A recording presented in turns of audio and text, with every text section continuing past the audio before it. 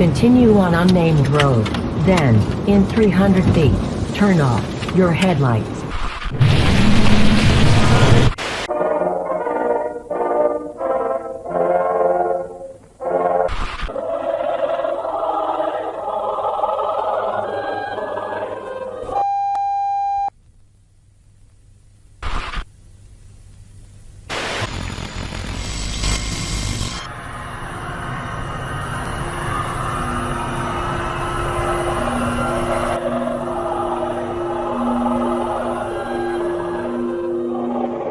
الاختراقات اللي تعرضت لها قناة لوكال 58 ما كانتش اختراقات عادية تماما، على عكس الاختراقات اللي كانت بتحصل لقنوات الانالوج في الوقت ده، واللي كان بيبقى غرضها السخرية او الاحتجاج على شيء معين. انما الاختراقات دي بنسبة كبيرة ما كانش مصدرها انسان بشري من الاساس، بحيث زي ما شفنا وفهمنا من الجزء اللي فات ان الجهة الغريبة والغير بشرية اللي اخترقت البث التلفزيوني بتاع القناة دي كانوا بيحاولوا ان هم يتسببوا في موت واذى البشر عن طريق ان هم يستدرجوهم لحد عندهم شخصيا، أو عن طريق إن هم يوصلوا لهم أوامر رئاسية ومباشرة ومزيفة عن إنهم يموتوا نفسهم، أو عن طريق إن هم يبثوا رسائل طوارئ مزيفة بتقول للناس إن هم يتعرضوا بشكل مباشر لظاهرة غريبة ومميتة بتظهر في السماء.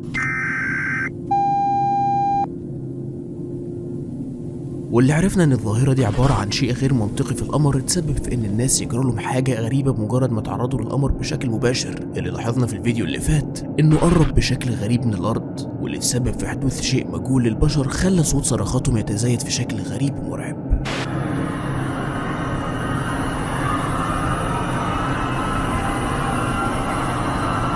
فيا ترى ايه علاقة المخلوقات الغريبة دي بالقمر؟ ازاي قدروا ان هم يخلوا القمر يأثر على البشر وغالبا يتحكم في عقولهم؟ ويا ترى ايه الاختراقات اللي عملوها تاني في القناة دي بعد الاختراقات اللي شفناها في الجزء اللي فات؟ تعالوا نتفرج على حلقة النهاردة واللي هتوضح لنا بعض اجابات الاسئلة الغريبة اللي مش عارفين اجابتها دي. ازيكم؟ انا عبد الله ودي قناة انفورميشن فور اول اللي بتتكلم عن كل ما هو غامض وغريب. قبل ما نبدأ نشوف الاختراقات الغريبة والمرعبة بتاعت النهاردة، انصحك تلبس سماعتك وتجهز حاجة تاكلها او تشربها وانت بتتفرج، وما تنساش تصلي على النبي قبل ما نبتدي. يلا نبدأ الفيديو. بما ان اخر فيديو شفناه كان فيديو تقارير الطقس، واللي كان يعتبر اخر فيديو في الموسم الاول في القناة دي، فتعالوا بقى نشوف اول فيديو في الموسم الثاني واللي بعنوان عرض للاطفال. وللمرة دي هيحصل اختراق.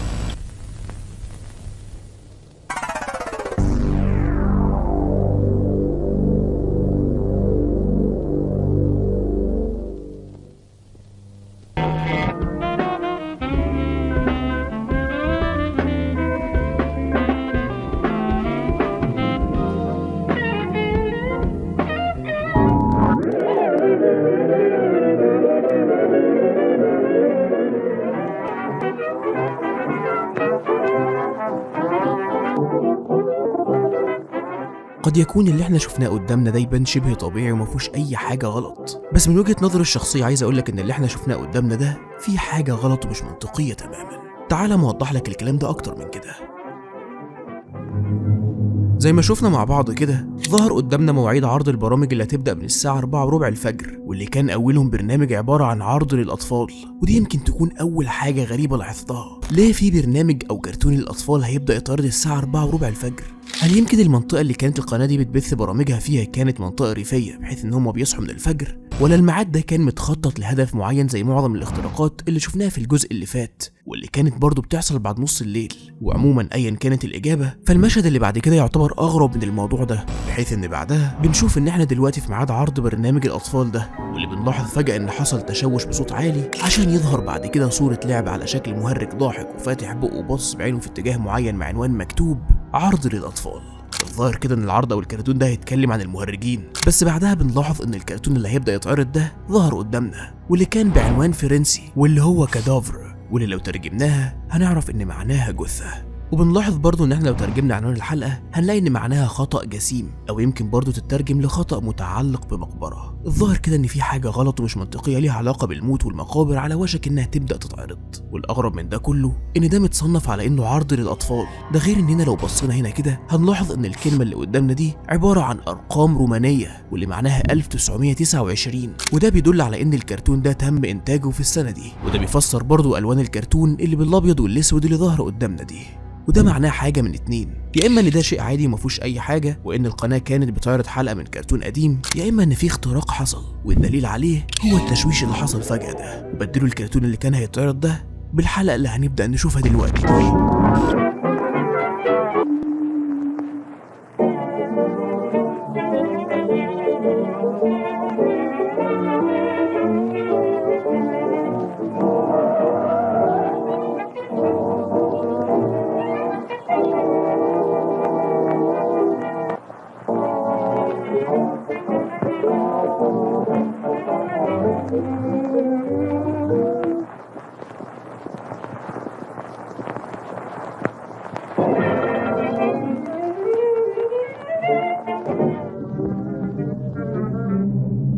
زي ما شفنا قدامنا كده الحلقة بدأت وبنشوف ان في شخصية كرتونية على هيئة هيكل عظمي واللي كان اسمه كادافر، كان ماشي في المقابر قاصد مكان معين او بيدور على حاجة معينة. وبنلاحظ برضو ان الموسيقى اللي كانت شغالة تعتبر موسيقى عادية جدا ومفيهاش اي حاجة تخليك قلقان من حاجة معينة تحصل.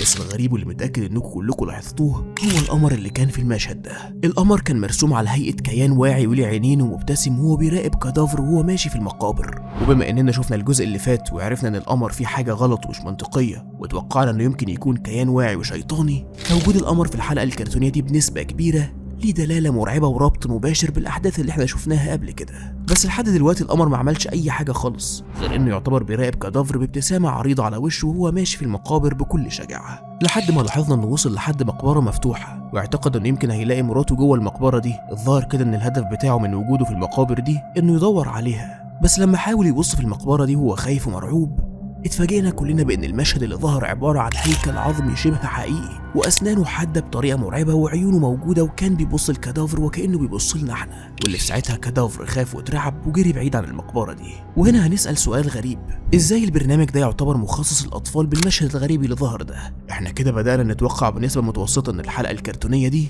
ما كانتش من صنع البشر وانها كانت من صنع المخلوق.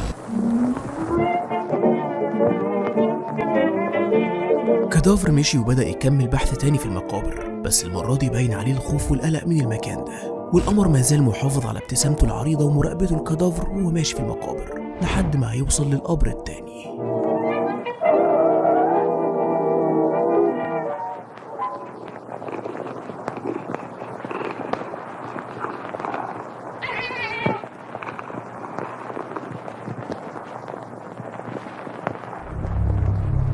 المرة دي بنلاقي ان المقبرة فيها هيكل عظمي لطائر غريب ومش معروف، وبمجرد ما كادافر بص عليه لقى ان منقار الطائر كان بيتهز عشان بعدها يصدر صوت خلى كادافر يخاف ويترعب ويجري من المقبرة دي. وبنلاحظ ان المرة دي الموسيقى ما كملتش وسكتت في مشهد الخوف من الطائر ده. وبنلاحظ برضو ان في جزء من الثانية ظهر مشهد الهيكل العظمي اللي شفناه في اول مقبرة، وكأن المشهد بيحاول يفكرك تاني بالمنظر اللي كادافر شافه وخاف منه اول مرة. بس تعالوا نكمل ونشوف هيحصل ايه. المرة دي بنلاحظ ان الموسيقى اختفت وبقى في صوت هوا شغال مكانها، والاغرب من كده ان تعابير وش القمر اتغيرت وبقى باصص في صدمة لكادافر وهو ماشي في المقابر لحد ما وصل للمقبرة الثالثة.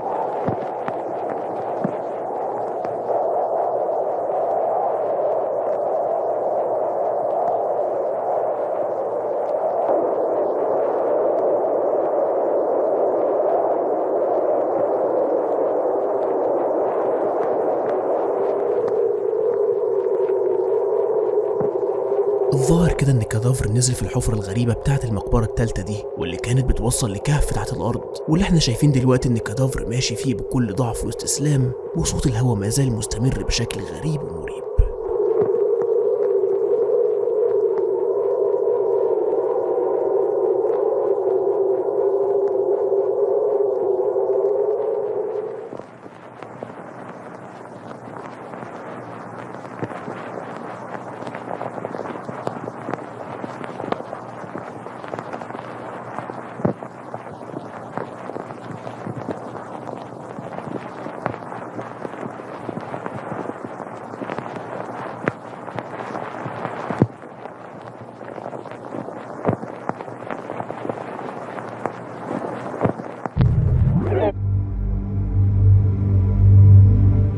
بعد اللي احنا شفناه ده نقدر نأكد توقعنا اللي كان في أول الفيديو، وهو إن الكرتون اللي اتعرض قدامنا ده ما كانش كرتون عادي، وإنه بنسبة كبيرة جاي من طرف نفس المخلوقات الغير بشرية اللي اخترقوا القناة قبل كده. زي ما شفنا قدامنا كده شخصية الهيكل العظمي واللي اسمه كادافر بعد ما وصل المقبرة اللي كان فيها الكهف واللي الظاهر كده انها كانت فاضية ومحفورة علشانه، لقيناه فعلا دخل جوه المقبرة دي وفضل باصص لفوق بكل حزن ويأس وكأنه استسلم خلاص لحزنه أو لموته أو لحاجة هتموته. واللي في ساعتها شفنا إن القمر ظهر بشكله الواقعي فوق المقبرة اللي هو فيها عشان نلاقي إن كادافر اتحول من هيكل كرتوني لهيكل عظمي بشري بدرجة واقعية كبيرة، وكأن القمر هو اللي تسبب في موته بمجرد ما ظهر فوق المقبرة بتاعته، عشان بعدها المشهد ينتهي ويرجع تاني لصورة المهرج اللي كان فاتح بقه، بس المرة دي بقه بقى أوسع وأكبر من الأول وعينيه اتحركت بشكل سريع باتجاهنا وكأنها رسالة بتقول للمشاهد إن الدور الجاي هيبقى عليك أنت. من الاختراق الغريب اللي شفناه ده نقدر نتوقع ان الهدف الرئيسي من عرض الحلقة الكرتونية الغريبة دي هو ان الجهة الغير بشرية دي يظهروا القمر للمشاهد بشكل مباشر ويعرفوه بطريقة غير مباشرة ان القمر عبارة عن كيان واعي، كيان شايفك وبيراقبك وبيأثر عليك. وقد يكون المقصود من الهياكل اللي كانت في المقابر اللي في اول الحلقة ان القمر هو اللي تسبب في موتهم برضه. ولما كادافر وصل لاخر مقبره واللي كانت بتاعته لاحظنا ان القمر ملامحه اتغيرت كانه كان عارف ان الدور المره دي هيبقى على كادافر، وفعلا بمجرد ما نام في قبره القمر ظهر فوقه بشكل قريب جدا وخلاه يتحول لهيكل عظمي واقعي زي ما شفنا من شويه كده. ودي يمكن تكون من الرسائل النفسيه المرعبه اللي عايزين يزرعوها جوه البشر، او بالتحديد يزرعوها جوه عقول الاطفال عشان يزودوا اهتمام البشر او الاطفال اللي العرض ده كان معمول علشانهم بالقمر.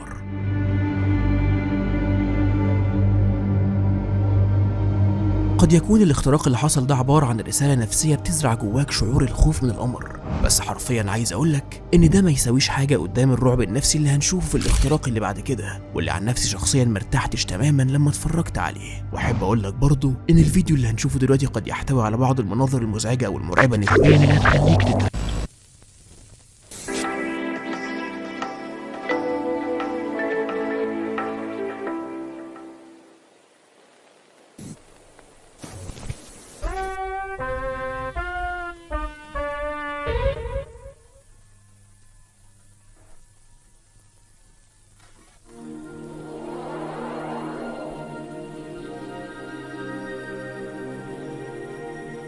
بداية عادية جدا وتعتبر مسالمة وما فيهاش أي حاجة غلط وغير منطقية.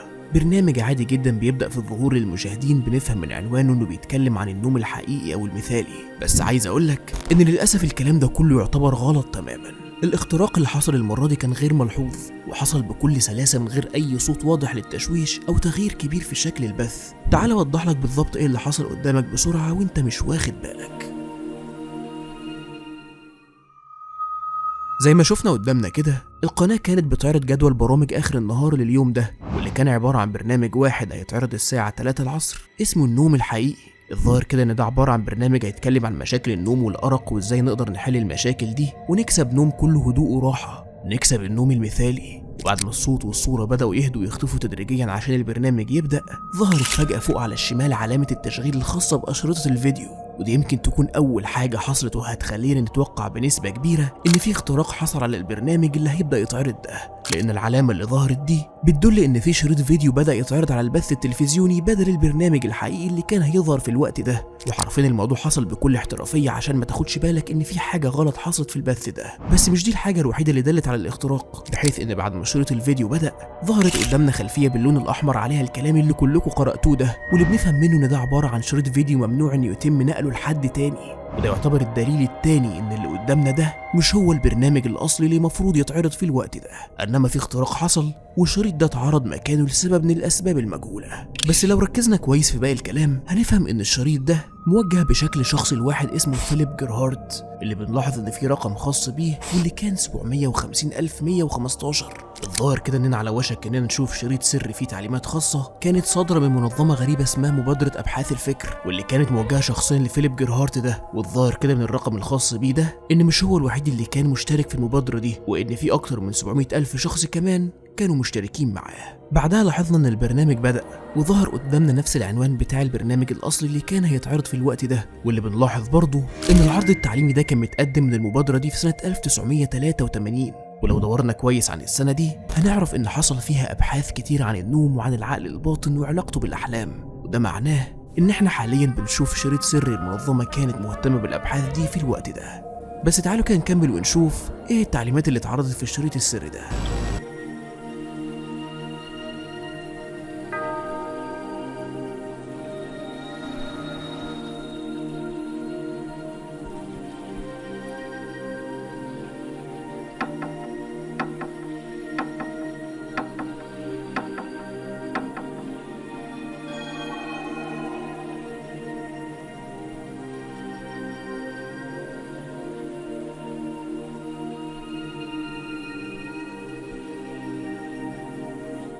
الظاهر كده إن أول إرشادات بدأت تتعرض في الشريط ده كانت عن طريق اختبار تعليمي، والظاهر برضه إن الكلام اللي اتعرض ده كان بداية غريبة لزرع الشك جواك عن المفاهيم الأساسية للأحلام، بحيث زي ما شفنا قدامنا كده الاختبار التعليمي ابتدى بسؤال بديهي وبسيط عن هل الأحلام ليها أهمية كبيرة بالنسبة لوظائف النوم، والغريب إن الإجابة كانت إن دي عبارة عن خرافة، وإن الأحلام دي مجرد حاجة عشوائية بتحصل أثناء النوم وملهاش أي صلة بمرحلة ال REM، وده في حد ذاته كلام غريب ومش منطقي، بحيث إن مرحلة ال REM واللي معناها مرحلة حركة العين السريعة تعتبر مرحلة أساسية من مراحل النوم. ومش كده وبس، ده أنا عايز أقولك إن المرحلة دي تعتبر من المراحل اللي المخ بيبقى شغال فيها بنشاط عالي، وفي خلالها بيحصل الحلم كدليل واضح على إن مرحلة ال REM تعتبر شغالة بشكل كويس ومنطقي، وإن وظائف النوم والمخ شغالين بشكل كويس برضه.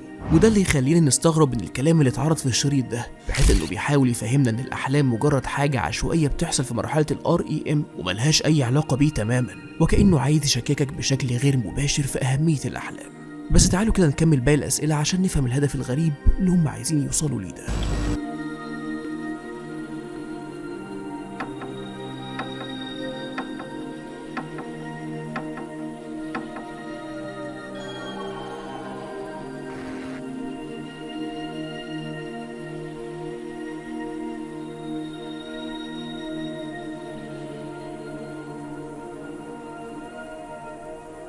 بعد ما أول سؤال زرع الشك بنسبة بسيطة جواك عن أهمية الأحلام، المرة دي السؤال ده بيتكلم عن جزئية أعمق شوية، بحيث إن السؤال المرة دي بكل بساطة بيحاول يفهمك إن الأحلام مش بتخليك تتنبأ عن المستقبل، ودي حقيقة فعلا، بس الغريب إن هم قدموا التفسير العلمي ليها بطريقة غريبة، وقالوا إن الأحلام مجرد حاجة بتحصل من العقل الباطن كتفسير عشوائي يعبر بيه عن مرحلة التخلص من الفضلات العصبية أو تصفية المواد الكيميائية في المخ وإنت نايم، وكأنهم للمرة التانية بيحاولوا يوصلوا لك بطريقة غير مباشرة إن الحلم ده شيء ملهوش أي أهمية تماما.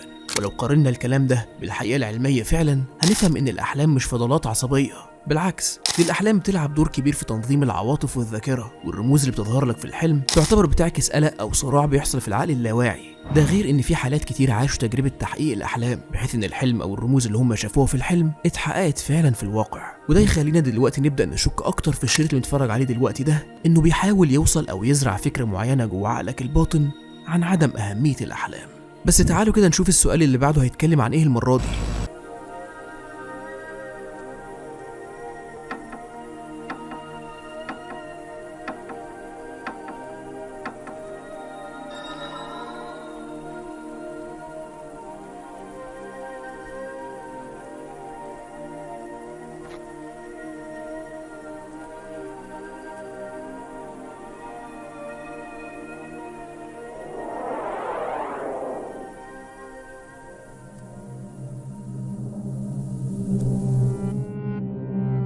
المرة دي نقدر نقول إن بنسبة كبيرة في حاجة غلط وغير منطقية بتحصل، لعبة نفسية خبيثة بيحاولوا من خلالها إن هم يدمروا مفهومك عن أهمية الأحلام بالنسبة لعقلك، بحيث زي ما شفنا وقرأنا كده السؤال الثالث والأخير واللي كان بيقول إن النوم بيسمح للعقل والجسد بالشفاء والتعافي كان المرة دي والأول مرة يعتبر حقيقة مش خرافة، وإن فعلا النوم لمدة 8 ساعات يوميا مفيد للعقل والجسد. بس بعدها بدأوا يدسوا السم في الكلام ده، بحيث إنهم قالوا بعد كده إن الفوائد اللي بناخدها من النوم بتقل بشكل كبير بسبب الأحلام، واللي وصفوها بأنها عبارة عن صور عشوائية وهلوسات سمعية مزعجة، عشان في النهاية يقولها لك بشكل صريح إن الأحلام دي دلالة على إن العقل ده يعتبر عقل بدائي، وكأنه بيحاول يقولك إنك لو بتحلم لسه فده معناه إنك إنسان مريض، وإن عقلك مازال بدائي وغير ناضج وغير متطور. ولو ربطنا الإجابات الغير منطقية بتاعت الأسئلة اللي شفناها دي كلها ببعضها فهنوصل لتوقع غريب ومرعب، وهو إننا ممكن نتوقع بنسبة كبيرة إن في حاجة ليها علاقة بالتحكم في العقل البشري بتحصل في الفيديو ده. في لعبة نفسية بيلعبوها على الناس اللي بتتفرج على الشريط ده، واللي كان من ضمنهم فيليب. الشريط ده كان متوجه له شخصيا، بيحاولوا من خلالها إنهم يوصلوا للعقل الباطن عن طريق نزع أهمية الأحلام بالنسبة لهم، وإن الأحلام دي مجرد حاجة بدائية أو مرض لازم يتعافوا منه. بس بعد كده بنلاحظ إن فقرة الأسئلة انتهت، وهنبدأ المرة دي نخش في الفقرة التانية، واللي من خلالها هنفهم أكتر إن هما بيحاولوا يخيطوا.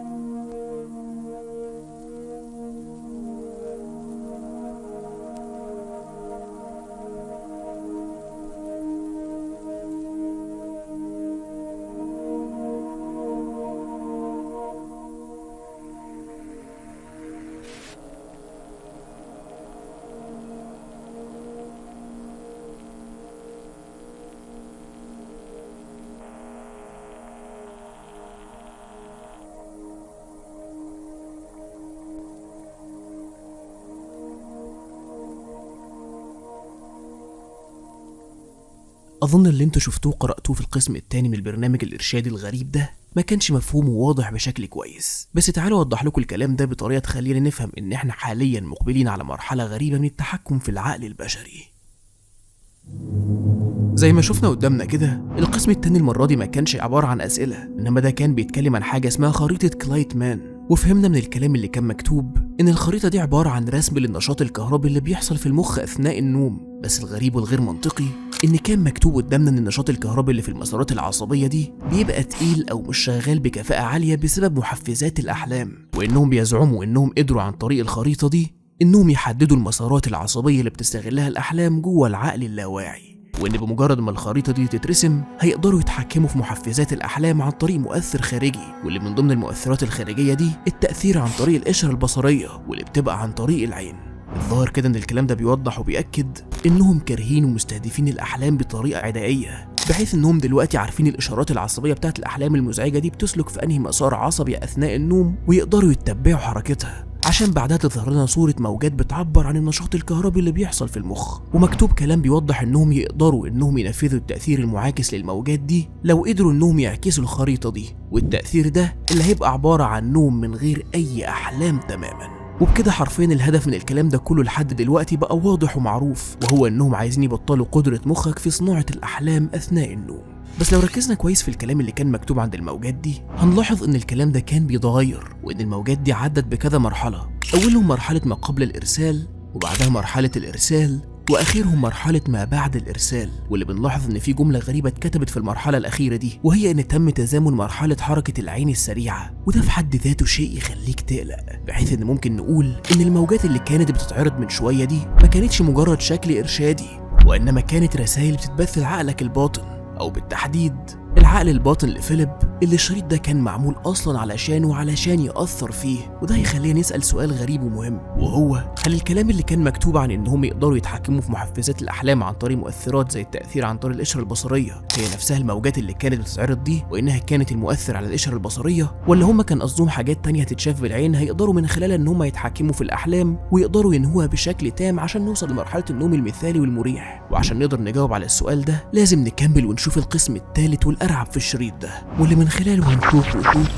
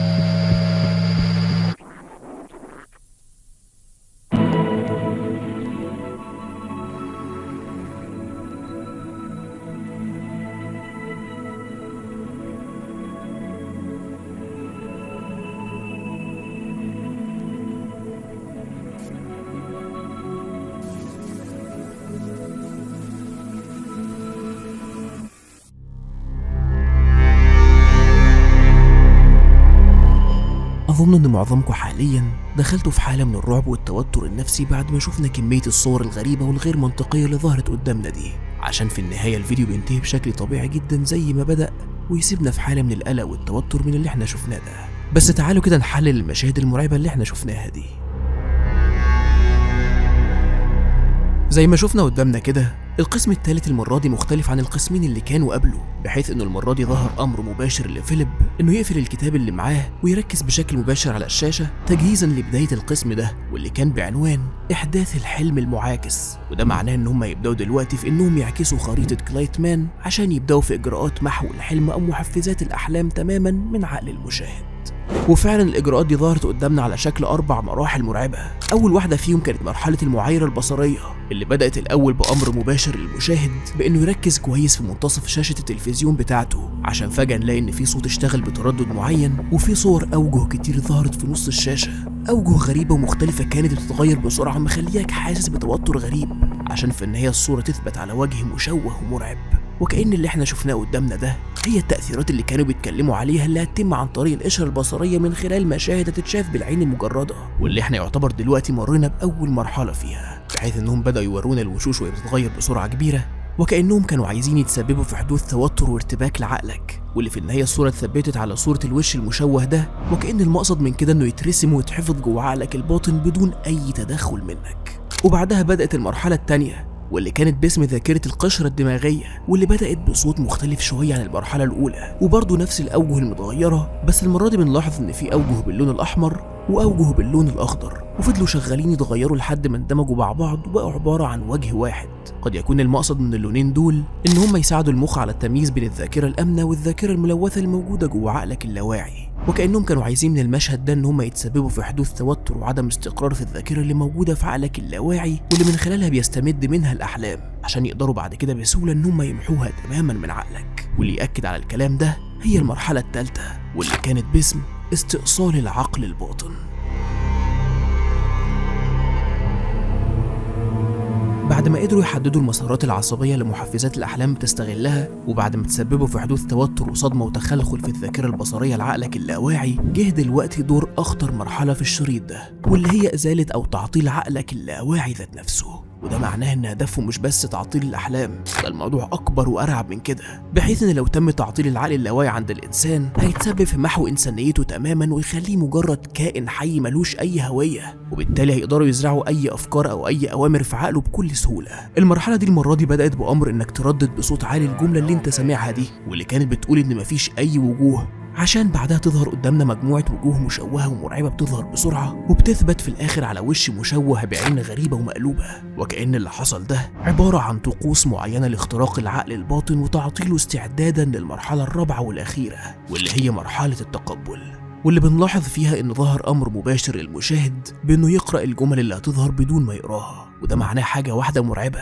وهو انك تستقبل الجمل دي وتخزنها في دماغك بدون ما تحاول تستوعب هي بتقول ايه، ودي حرفيا عبارة عن زرع مباشر لرسائل واوامر غريبة جوه عقلك وانت مستسلم تماما.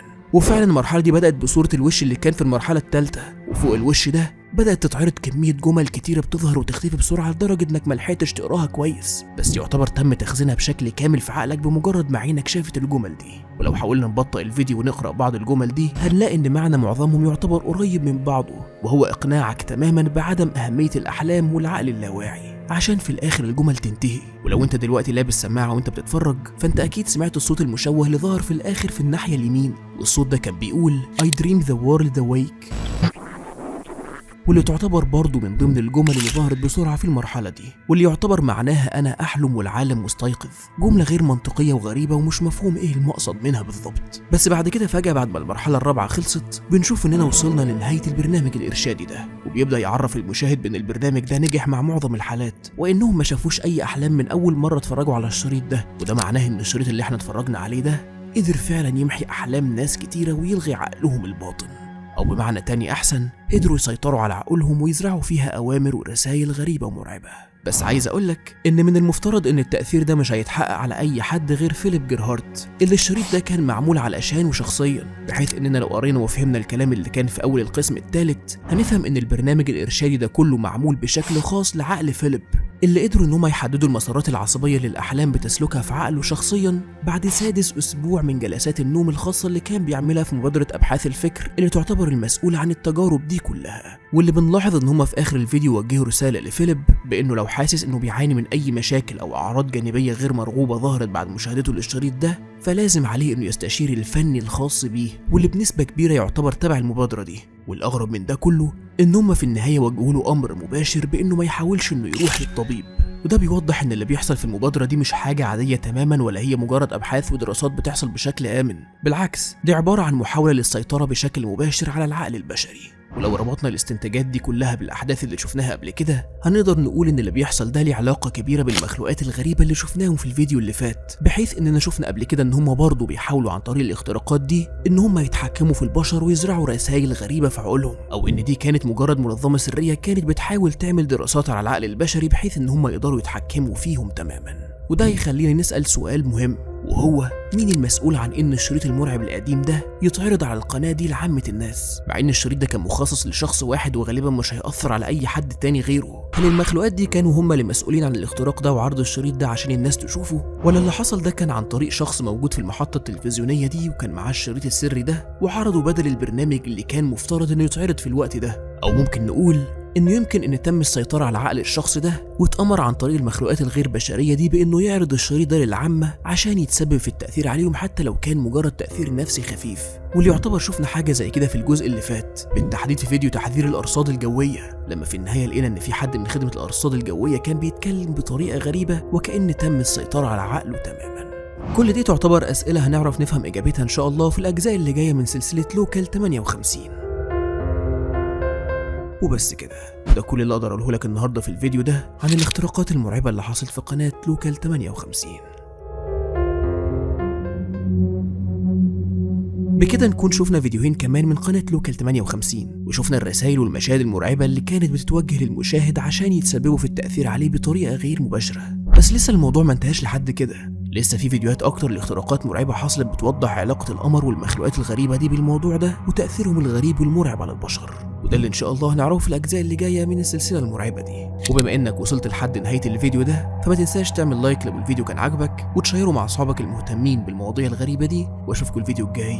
مع السلامه.